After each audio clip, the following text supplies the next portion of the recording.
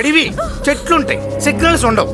బతిమాల బద్రీనాథ్ ఎందుకు పెదనాన్న గారు బళ్ళాల్లోనే ఉందామని. ఎన్రో ఇక్కడి నుంచి బాడీని తీసుకెళ్ళడం కూడా కష్టమేనే. ఎన్రో మీరు ఎన్రో.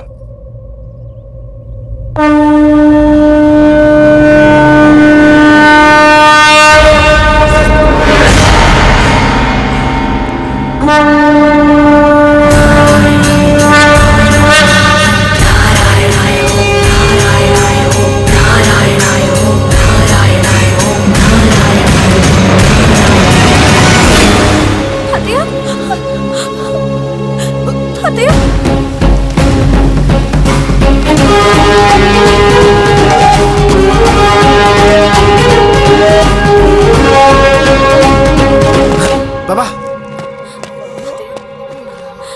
ఈడెవడు? క్యావా ఏమైంది? మా తాతయ్య సడన్ గా అన్కాన్షియస్ అయ్యారు. Breathing problem.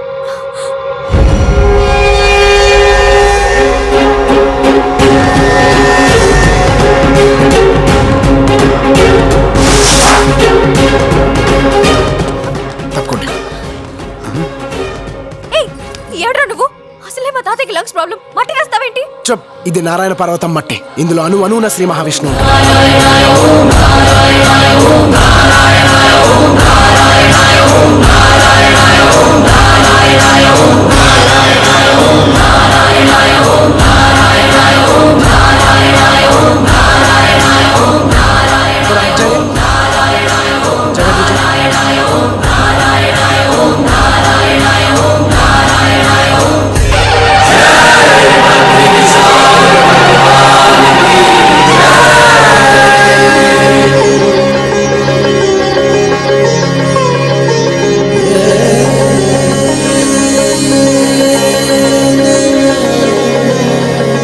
బద్రీరావు,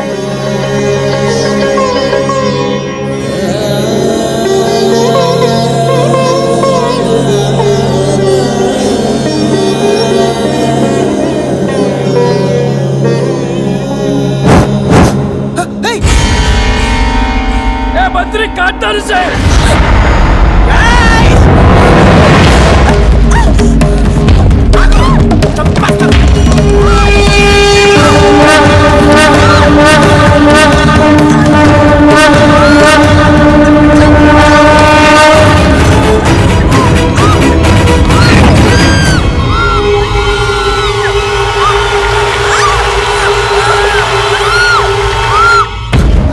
అయ్యా, నా మనవరాలికి దేవుడంటే అస్సలు ఇష్టం లేదు. దాన్ని చంపేదని తనకి చెప్పండి ప్లీజ్.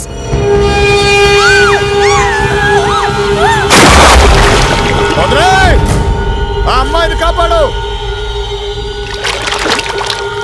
కాపాడు.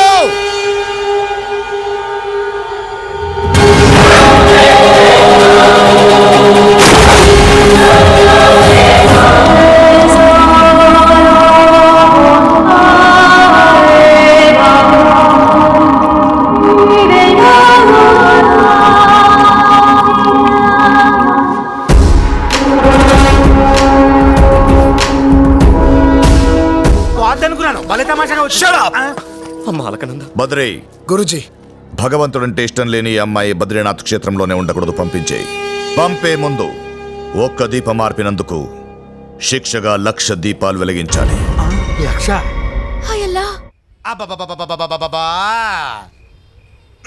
దేవుణ్ణి నోరొచ్చింది ఆకలిస్తే తినడానికి, నిద్ర వస్తే ఆవులించడానికి, అంతేగాని ఇలా గుళ్ళో దీపాలు ఆర్పడానికి కాదు.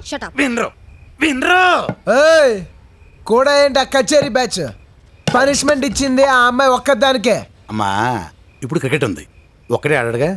5 స్టార్ హోటల్లో వంట ఉంది, ఒక్కడే చేయడుగా. అంతెందుకు మన గుళ్ళో పూజలు ఉన్నాయి, ఒక పూజారే చేయడుగా. ఓ 10-15 మంది చేస్తారుగా. ఏమ్మా అలా చూస్తున్నానంటమ్మా? నేను ఎత్తి నదిలో పడేస్తే కాపాడడానికి ఒకళ్ళు వస్తారా, 10-15 మంది వస్తారా అని. అమ్మా నువ్వు ఒక్కదానేనంట, తొందరగా వెలిగించే, వెళ్ళిపోదాం. వెలిగిస్తున్నానుగా.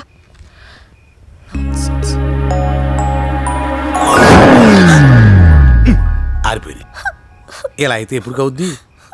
ఏమయ్యా, ఒక దీపం ఆర్పినందుకు ఇంకోటి వెలిగించమనొచ్చు, 10 వెలిగించమనొచ్చు, పోనీ 100 వెలిగించమనొచ్చు. నోటికి వచ్చిన 1,00,000 కోట్లు వెలిగించమంటే ఎలా వెలిగిస్తారా? చెప్. ఓకే చూడు, భక్తితో వెలిగిస్తే వెలుగుతాయి, ఇలా మొహమాటానికి వెలిగిస్తే అలాగే ఆరిపోతాయి. భక్తితో ఎలా వెలిగిస్తారు? అగ్గిపుల్లతో వెలిగిస్తారు. ఎలాగో ఓం నమో నారాయణాయ అనే అష్టాక్షరి మంత్రం మనసులో తలుచుకుని వెలిగించు, అప్పుడు వెలుగుతాయి.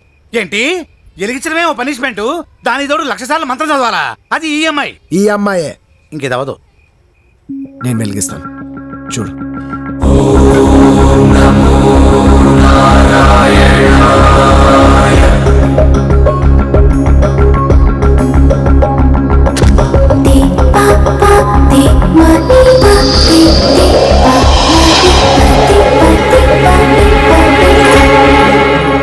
అమ్మాయి ఇదేదో పని అయ్యేలా ఉంది. నీకు నచ్చిన నచ్చకపోయినా మంత్రం అనుకుని మొత్తం వెలిగించేయి. విను విను, ఇది ఒకటన్నా విను, తెములుతుంది.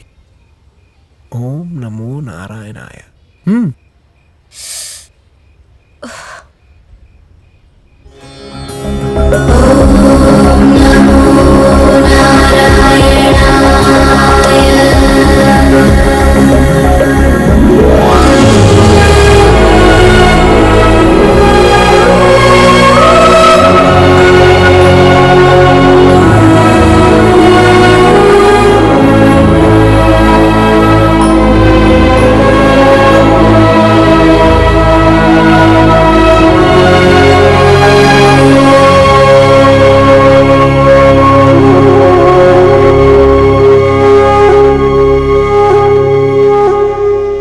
తనని లేపొద్దు బాబు. ఈ ఒక్క పూటైనా ఈ దేవుడి సన్నిధిలోనే ఉండని. ఎందుకు సార్ ఈ అమ్మాయికి దేవుడు అంటే అంత కోపం? చిన్నప్పుడు దేవుని గుడిలో హోమంలో కర్పూరం వేస్తున్న వాళ్ళమ్మ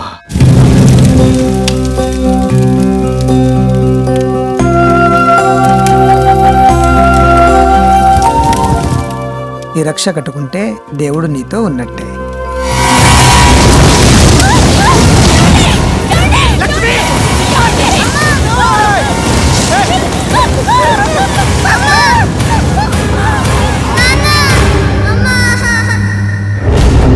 దేవుడి సన్నిధిలో తన కళ్ళ ముందే అమ్మా నాన్నలు చనిపోవడం చూసిన అలకనందకి దేవుడంటే ఇష్టం పోయింది.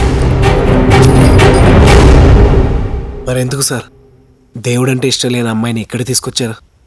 అదిప్పుడు చాలా పెద్ద ప్రమాదంలో ఉందయ్యా. సర్కార్ వచ్చేస్తున్నారు.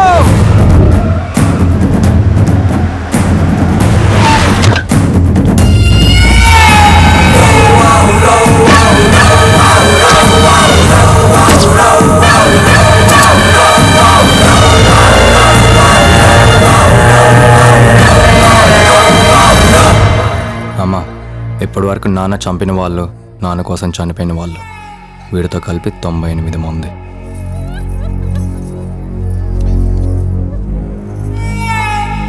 సర్కార్ ఢిల్లీలో ఉన్నారు. ఈ కార్యమైన తర్వాత వచ్చి కనుపడు. ఇప్పటికే లేట్ అయింది, తీసుకెళ్ళండి. అలాగేనమ్మా. అమ్మ ఒక్క నిమిషం. నా భర్త చావు బతుకుల్లో ఉన్నప్పుడు ఒక పెద్ద ఆయన ప్రాణం పోసాడటమ్మా. ఆయన వచ్చి తులసి నీళ్ళు పోస్తే గాని తన్ని దహనం చేయొద్దని తన డైరీలో రాసుకున్నాడమ్మా. ఆయనకి ఫోన్ చేశానమ్మా, వచ్చేస్తూ ఉంటారు. ఎవరా పెద్ద ఆయన? జీడి నాయుడు గారమ్మా.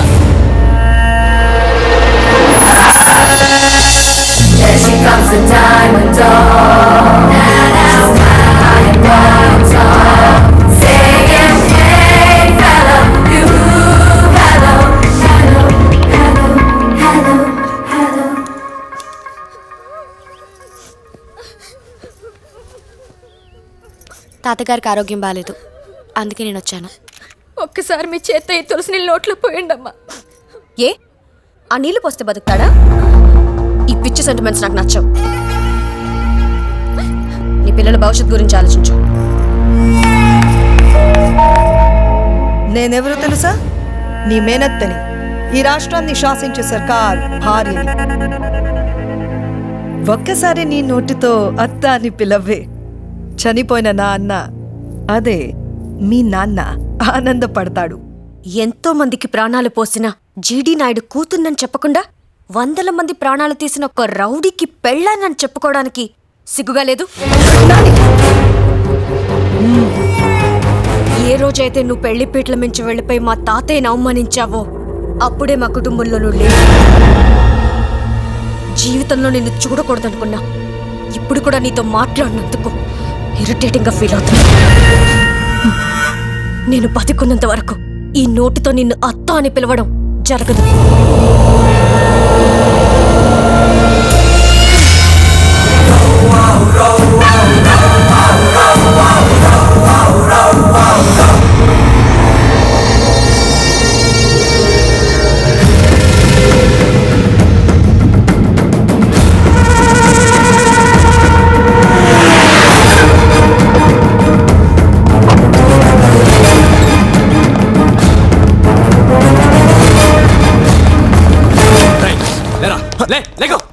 ఎవరు మీరు? ఏంటిది? రైమో సోడా, నేను ఎవరో తెలుసా? ఎవరో తెలుసా? నీ ఒక్కగా నాకు కూతురికి, ఒక్కగా నాకు కొడుకుని, నీ ఆస్తి అంతస్తు పరువు ప్రతిష్టల వంక కన్నెత్తి కూడా చూడొద్దని చెప్పిందిరా మా అమ్మ. భర్తగా నా తండ్రి, కొడుకుగా నేను ఎంతో గౌరవంగా చూసుకుంటున్న మా అమ్మని నీ మనవరాలు దారుణంగా అవమానించింది. అక్కడికక్కడే తను ముక్కలు ముక్కలుగా నరికేసేవాడిని. కానీ మా అమ్మ ఆపబట్టేది ఇంకా బతుకుంది. ఎప్పటికైనా నేను దాన్ని బతకను. చంపేస్తా, చంపేస్తా. నేనెంతకాలం బతుకుతానో నాకే తెలీదు. ఆస్తులు ఇవ్వగలను, కానీ అండనివ్వలేకపోతున్నాను. ఆ భగవంతుడి అండ కోసం ఇక్కడికి తీసుకొచ్చాను. దానికి దేవుడి మీద నమ్మకం నువ్వే కలిగించాలి. సార్ మీరు మర్చిపోండి, ఇది నాకు చాలా చిన్న విషయం. 7 రోజులు, 7 రోజుల్లో అలకనందతో నా బద్రీనాథుడికి పొర్లు దండాలు పెట్టిస్తా. ఏంట్రా నువ్వు పెట్టించేది? 7 నిమిషాల్లో మేము ఇక్కడి నుంచి వెళ్ళిపోతున్నాం. రా తాతయ్య. ఆగమ్మా, ఎల్లుండే పౌర్ణమి మీ అమ్మా నాన్న చనిపోయిన రోజు. ఇక్కడ బ్రహ్మకపాలంలో ఒక్కసారి పిండ ప్రదానం చేస్తే ఇక జీవితాంతం చేయనవసరం లేదు. వాళ్ళ ఆత్మ కూడా శాంతిస్తుందమ్మా. తాతయ్య ప్లీజ్ అమ్మా. సరే, అమ్మ నాన్న పేరు చెప్పావు కాబట్టి ఉంటాలే, కానీ వీడి మొహం మాత్రం నాకు కనిపించకూడదు. కుదరదు. బద్రీనాథ్లో ఈ బద్రీని ఎవరు ఎస్కేప్ కాలేరు.